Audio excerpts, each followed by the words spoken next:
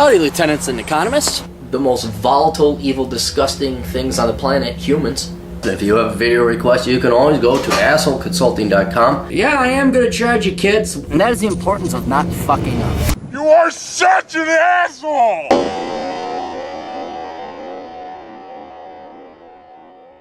Hello everybody, old Captain here. Hello, children. Ha ha! Got a water. Say hot tub. Yeah, got a real hot. Hot tub, celebrity hot tub. Eddie Murphy, 80s. You kids don't know. Anyway, this is a video request, and if you have a video request, you go to assholeconsulting.com. Oh, and follow me on Twitter and all the other social media stuff, people. Why do you do it? I don't know. Just do it.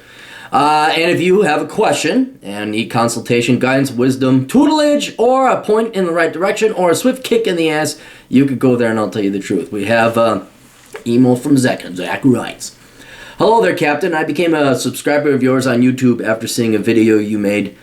Getting into the ass of the student loan debt bitch moaners and complainers." Totally stole that line from Bill Burr. "I admit to actively seeking out those videos to shove the shit right back at them for making shit decisions in life. I recently got into a debate argument on Facebook with a friend of mine, and a few of her friends of the $15 an hour for minimum wage was a good thing or not being on welfare. Somehow, with one particular black male, this became an issue of oppression with racial influence." Dude, just write it off. Just that's what it was. That's I have the story coming up in my next podcast. This is not racist. This is true. This is me. Blacks are predisposed and programmed and brainwashed to be predisposed to blame everything on race. It just is true. I'm sorry. And it's sad because in misdiagnosing these problems, they'll never solve them. Again, my book, Black Man's Guide Out of Poverty, if I have brain cancer and the doctor misdiagnoses it as a cold, and he can give me all the NyQuil he wants, it ain't going to solve my problem, and it's going to hurt me in the long run. I'll never get fixed. But anyway, to address that portion of your question, you could just write that off. Everything's right. Everything is viewed through. Well, not everything, of course. There's, we got, Walter E. Williams. Not all black people are brainwashed like this, but a significant percentage of them are. And when it comes to this, yes, it's just through those goggles. It's that guy, unfortunately, is programmed to believe everything is race. So you can write that one off or explain that one there. To get the whole story, I've attached a PDF of the entire thread. I tried to make a valiant effort and stand my ground, but they're so up to their asses that they couldn't even get the sarcasm I threw in at the end. What really got to me about the whole thing was that the one guy who thought he could sum me up, and you see me address that. What I love about this guy was how he accused me of rehashing rhetoric when that's all he himself was doing and didn't answer my question. My guess is he couldn't. My view on the subject: if you want more, work for it. Don't ask for a handout. They couldn't get that. If you could please make a video about what's happening with the $15 minimum wage debate and what the fuck is wrong with people I was exchanging, would be much appreciated. Okay, so I read through it, and the camera's blocking my notes. There we go. So let's talk about the minimum wage and this $15 thing and all that, and then we'll go on to your problems you had with debating these people. There's always a push to have the minimum wage, and today it's 15. 20 years from now it'll be more than 15 because inflation will make 15 actually lower than what the minimum wage is today. I think it's like $7 or $8 or something like that. And the argument for increasing the minimum wage is a simple one, and it is a flawed one. And this is not my opinion. This is, and I'm talking to the adults. I'm talking to people who want to know the truth. If you want to know the truth, this is it. You want to be fine. If you are wedded and welded and you have your heart and emotion, and you pay more money, yeah, and you're not willing to give this any thought as to the consequences or the real world, then tune out, go watch Oprah or Kim Kardashian, all right? But for those of you who want to learn, here's the problem with it brings in the theoretical, well, why 15, why not 20, why not 20, why not, and why not $100 an hour? Well, if you just arbitrarily set a minimum wage above the market rate, what people are willing to pay, most immediate effect is you drive up costs. Because the cost of goods, part of that is labor. You drive that up. Well, now you've effectively, it's pushing air down in one part of the balloon and it goes over into the other part of the balloon. Your prices go up, and so that wage increase effectively, in terms of purchasing power, is not that effective. Now, the problem, though, the real problem that comes in with the minimum wage is that you are violating the real world. You are violating the free market. I know you don't like the free market. Fucking shit, that's how it works. You notice how black markets and underground economies form no matter what government's in control? You should think about that. We try to make drugs illegal. Oh, drugs are still sold, and they're still traded on a free market. The Soviet Union, good Lord, they tried to make, take all your communist, wonderful leftist socialists. Everyone made money there. Everyone had a job there. There were still black market economies, underground economies. So it shows you that the underground economy, the free market, whether it's underground or it's the free market and allowed for by law, it's human nature. It's the economic manifestation of humans wanting to exchange and conduct business. You will never get rid of it. And so you can either base an economy around that fact, or you could try to violate. And when you do, humans will make different decisions. Anyway, so without a minimum wage, your average wage, what's the median wage? It's like 17, 18, 19 bucks. I don't know. I'd have to look it up. But it's higher than the minimum wage. Right? So the minimum wage is for your low-level employees, your beginners, your young, your youth, your poor, unskilled labor, and you start out there and then you go. Well, when you put in this arbitrary price, we're going to make it 15, 10, whatever you want, now that mandatory wage is higher than what the free market wage would be, $7, $8, $9, $10, whatever it might be. Well, now that has a distorting effect. One, demand for labor goes down. You increase the wage, demand for labor goes down. Now, at the same time, the higher wage also attracts people. So, for example, Seattle says, we're just going to do $15 an hour. Now you have a bunch of idiots who are going to go to Seattle. They think they're going to get a job, but demand for jobs, for labor, has gone down. So you get a surplus of labor, which means unemployment. And that means people in Seattle are going to pay extra taxes to handle this theoretical wave of labor that's come in looking for work that just isn't there. Now forget the new entrants into the labor market. Take those guys out. You have a free market rate right here, the equilibrium price as they call it. And then you increase the wage. Well, now your demand is going to go down from what people are already employed. And they'll say, well, forget it. We can't afford all that. And I know there's going to be, well, they can afford it. Corporations makes billions. It's a separate debate, okay? Separate debate. If you want to take over companies, force them to, and then they don't have an ownership, okay, good luck finding people who want to invest in startup companies. All companies will go bye-bye and they'll go bankrupt. Right? You need to have profit. People do not invest their money in companies, in business ventures, unless they're going to make profit. And if you start saying, no, you can't do that, and telling them what to do, they'll say, fuck you. Even if not only will we move, if it's too oppressive and too confiscatory of our profits, we just won't start it. No one's going to invest. Anyway. So demand for what little labor, in other words, people will lose their jobs and say, I'm sorry, we're laying people off. You saw this with Obamacare. What was it? Everyone switched to part-time employees. Like they said, oh, well, as long as we have 29 hours. Like there are people who were working full-time, they scaled it back to 29 hours so they didn't have to pay the Obamacare or the tax or whatever it was. I'd have to look it up. So people either got less hours or people were laid off and they got by with fewer people. There are always costs in content. They will move. They will change. You cannot expect to start arbitrarily changing rules, changing laws, changing what prices are going to be paid and what prices are going to be earned, and think that there's not going to be a consequence, a counter, equal and opposite effect. Okay. So you will have a decrease in employment or a lessening of hours, or they're going to take one employee, they're going to make them work more, extract more for less time. So the stress on the current employees that exist will increase. Right? Now here's something that's even worse. You guys just don't get it. You've seen it. McDonald's is coming out now. I like to use McDonald's. McDonald's is coming out now where you just do a touchscreen order. They're getting rid of their staff. They're going to replace you with robots. And that's the other thing. If you increase the price or the minimum wage, now other technologies that can replace humans altogether, not just, we got to scale back 1 or 2 people and we keep the remaining 10. Hey, now it's cheaper for us to get rid of all 12 employees because this new computer or this thing will do the work at $14 an hour effectively. So you risk pricing yourself out of the market. This is what happened to the unions. When Michigan, we're going to do a union. How's Detroit? Tennessee's doing all right. Georgia's doing all right. Mississippi and Alabama are doing all right in terms of employment with the auto industry. Not terribly, all those burned out car plants in Detroit. Right? Did it go overseas? Did all those labor and manufacturing jobs go overseas? And I said, it was Clinton, it was NAFTA. Okay, it could have also been prices were way too high and the unions just priced themselves out of the market. It could be that.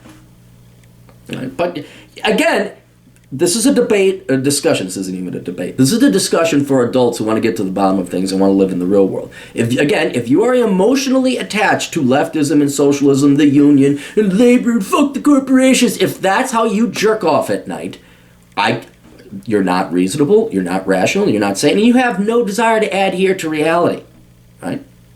So that's just so this is the consequence of raising it. Now, who usually gets hurt? Again, gotta think.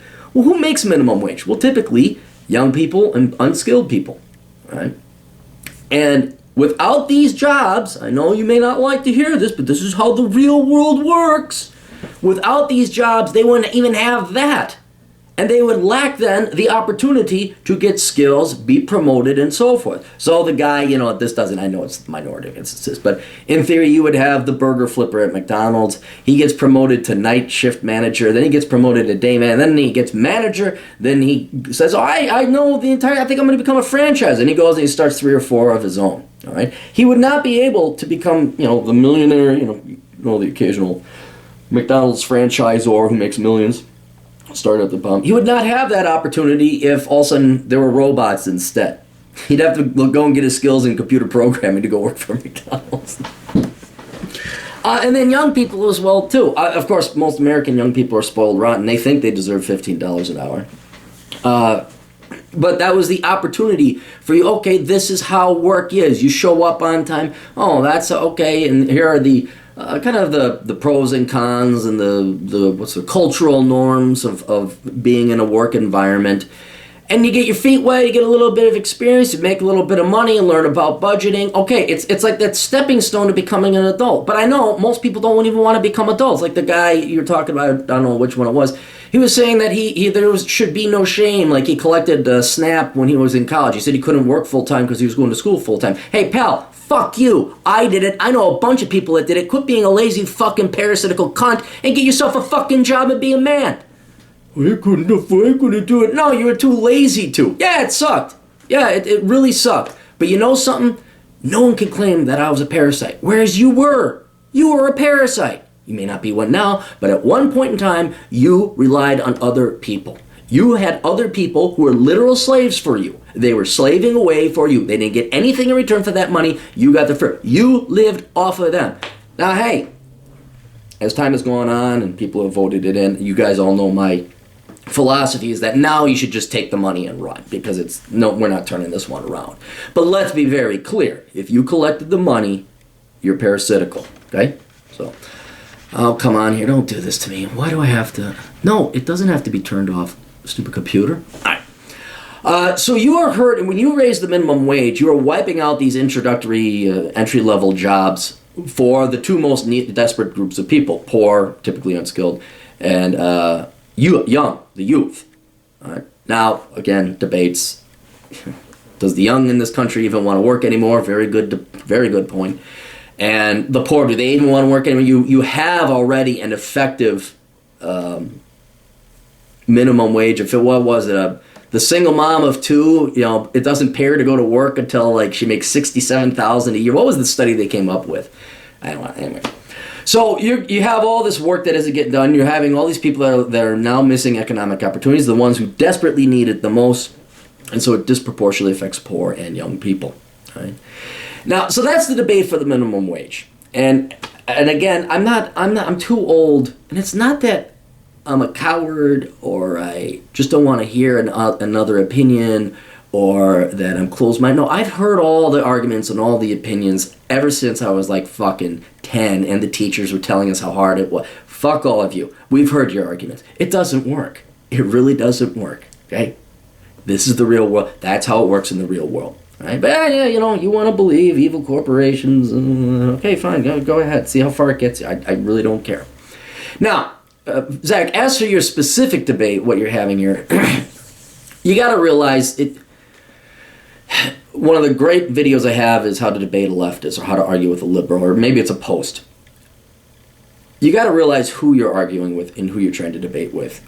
And I'm not trying to kiss your ass. When I read through your post, it was reasoned, logical, factual debate and points you were making.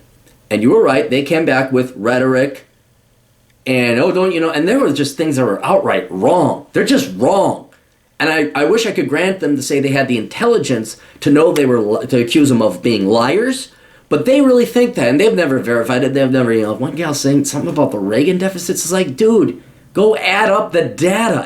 Really, the Reagan Bush, too. And Obama, my God, it dwarfs what Reagan was doing.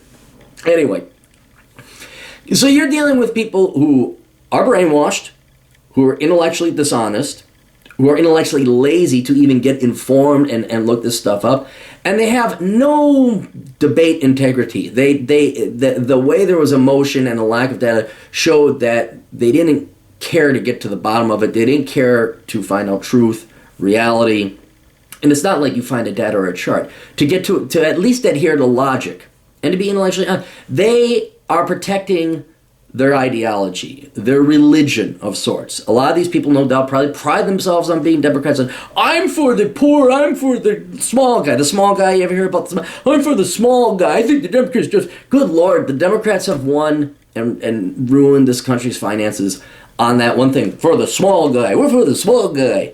You're for the lazy fucking parasites as far as I can tell. And you got people actually believing that you're for the small guy. They're just for this. Well, what's wrong with the big guy? What's wrong with the big woman? What's wrong with them? Aren't they humans too? Maybe they're big because they worked harder and are smarter and did better? Oh no, it's all inherited. It's all systematic oppression. It's all system. It's all privilege. Anyway, it's very clear in the script or the thread that they're arguing an emotional position, and you were trying to be logical and unemotional. It's very, and that's how I debate economics. I don't have opinions. I have data. And if you prove me wrong, like, hey, your data's wrong. Oh, my God, my data is wrong because I'm concerned about the truth. That's why, someone could convince me to be a Democrat or a socialist or a leftist or a communist once you start showing me the data that it works or that it's better than capitalism or free markets. I haven't seen the data yet, but I will change my mind. Anyway, that's the whole point, is you have you, trying to argue to the point of truth, to the point of logic, to finding out, getting to the bottom of the barrel. They're arguing to protect an ideology and an emotion so they can essentially feel good about themselves and protect their identity of sorts. So there's no solution. You cannot debate with someone if they have no intention of being intellectually honest and trying to get to the truth. All right? Debate should really be like two scientists working on, how do we split the atom, out in, what's it called? Los Alamos, was that where they were? Yeah. When we were trying to figure out the Manhattan Project. All those scientists were working together to unlock the secrets of the atom. They did not have pet theories they were going to defend. They did not antagonize and hate each other. They are saying, I don't know this, but I have this theory. And I disagree with that theory because I don't know it, but I got this theory. And then they worked together to figure it out. But there was no emotion. It wasn't, oh, fuck you and your theory, you fucking racist white male Republican. There was none of that shit going on. Because you had, once again, intellectual honesty, the desire to get to the truth, the desire to find the facts. And when you try to debate these people, two great quotes, man. You're rolling around with pigs in the mud. You are. These people have no intention or desire of finding the facts or the truth. And when you're trying to wrestle with the pig, you look like an idiot. And another quote, I think it was Mark Twain, he says, when arguing with idiots, it's hard to tell who's the idiot. Because the idiots always argue these stupid, dumb points, and the smart person or the intellectually honest person will always try to respond and try and prove them wrong but it takes so long to get back. In other words, you're responding to their ignorance the entire time, and their outright misinformation, their lies. You're always dancing to their tune because you have to try to get past their lies. And then it's no longer about the topic that you were trying to have a conversation about. It's about trying to get them to get to ground zero, to square one, to be honest, or to admit that they're wrong or that they're flawed, or even see that they're flawed. And if they are not there to be intellectually honest, if they are there to protect their emotions and feelings and religion and ideology and protect the narrative, you'll never get there. And you will look like an idiot. Like I've caught I've caught myself on this. I'll be on the internet arguing with people on discussion boards or comment section, and I kind of step back and say, "What am I doing? I'm not gonna convince these guys. They're not. I'm not gonna win. Why did it?" And then I kind of look. I'm like, "Boy, I'm right, but I look like an idiot. I look like a moron. I look like one of these people who are in the typical comments section." So anyway, that I apologize, and it's one of the sad realizations you're going to have to come to with most people is they're not worth debating. I want all my time back that you have these late night debates or discussions back in college or in your 20s at these parties. I want all my time back. Because not one of them were convinced. They all, oh yeah, and I was the evil, racist, Republican, bigoted, libertarian, conservative. Oh, you fucking like George Bush? Oh, yeah. That's the perfect classic example. Oh, you like George Bush? Oh, that's not an argument. That's emotion. That's a sad, weak-minded fool who is just got no real legitimate argument. Like, well, I don't like really Bush. Oh, I don't forgive his spending. I thought that that would be an argument. But you're such, and things like the name calling. You're racist. You're bigoted. You're ignorant. That's one on the left. Oh, you're just so. My goodness, I just can't believe. Wow, you actually believe that? Wow. And it's like, yeah, why don't you go watch some more fucking MTV, you fucking cunt? Anyway, just get used to it. You're going to get called names. But again, getting back to my original point, it's sad to realize that there's so few colleagues you're going to have and that your debate is largely going to be wasted. So I wouldn't wait. I'm not saying don't find people that you only agree with. You don't want to be in an echo chamber, but you want to find reason and rational debate. And with these people, you're not going to get it. And you're not going to convince them. You're not going to win this one. The good news is, though, they are operating from they'll pay. They will pay. Because if they're flawed and intellectually dishonest in this aspect of their life, they're also flawed and intellectually dishonest and lying to themselves in other points in lives. And they will make decisions based on erroneous information. Like this poor black guy who thinks everything's race. It's race. Well, fuck. How do you get out of that then? I've talked about it before. I'll explain it. Where they will pay a price. Here's this poor guy who thinks everything's race. That's why he doesn't succeed or there's anything that goes wrong. Well, what kind of a life is that?